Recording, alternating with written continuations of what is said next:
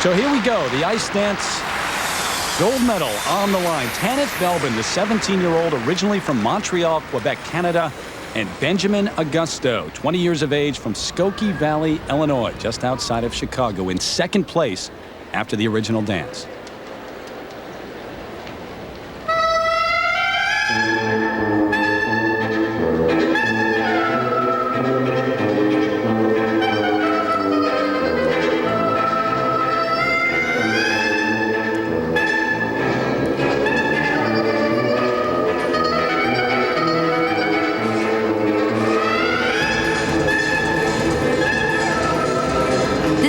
Such secure basics that they're able to handle difficulty in footwork and lifts at such young ages, at 17 and 20. I find they're going to be a lot of fun to watch develop.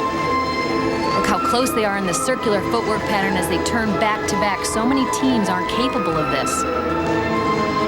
Susie, this is a team that has captured the silver medal at the U.S. Championships the past 2 seasons, but they were not able to go to the Olympic Games because TANITH is a Canadian citizen. She is still going through the U.S. citizenship process. And you would think that would discourage some teams from staying together, but they're in for the long haul. They will be going to the Worlds, and that excites them just as much as the Olympics would have. World Championships fast approaching. We'll have them here on ABC Sports from Nagano.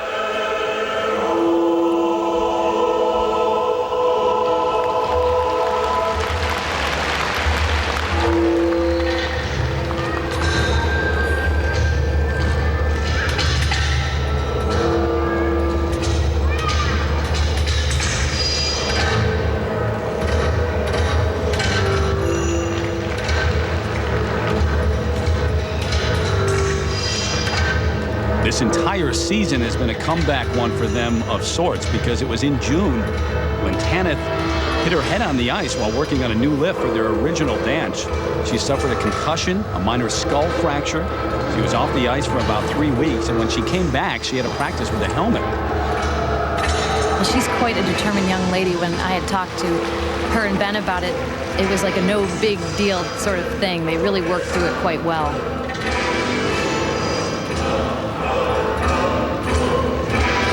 She is a former pair skater, so she's used to the dangers that discipline brings. Started out as an ice dancer, but when she was 10 years old, she lost her partner and then went to Paris for a while before she got together with Benjamin.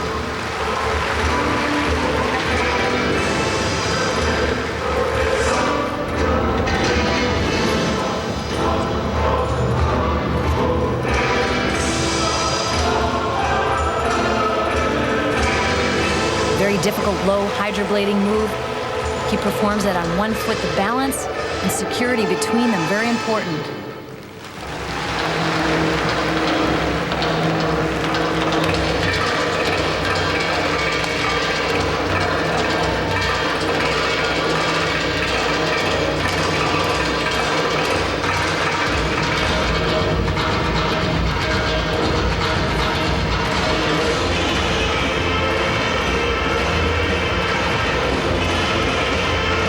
This diagonal footwork must move from corner to corner. Both of them have equal difficulty.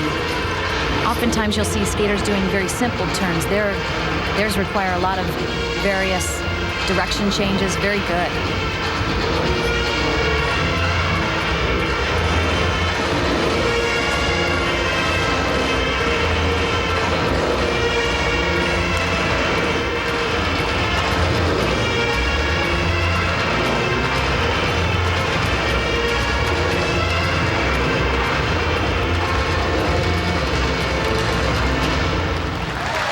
Well, yet another great performance from Belbin Agosto. A wonderfully choreographed piece by Igor Belbin, and they perform it so well.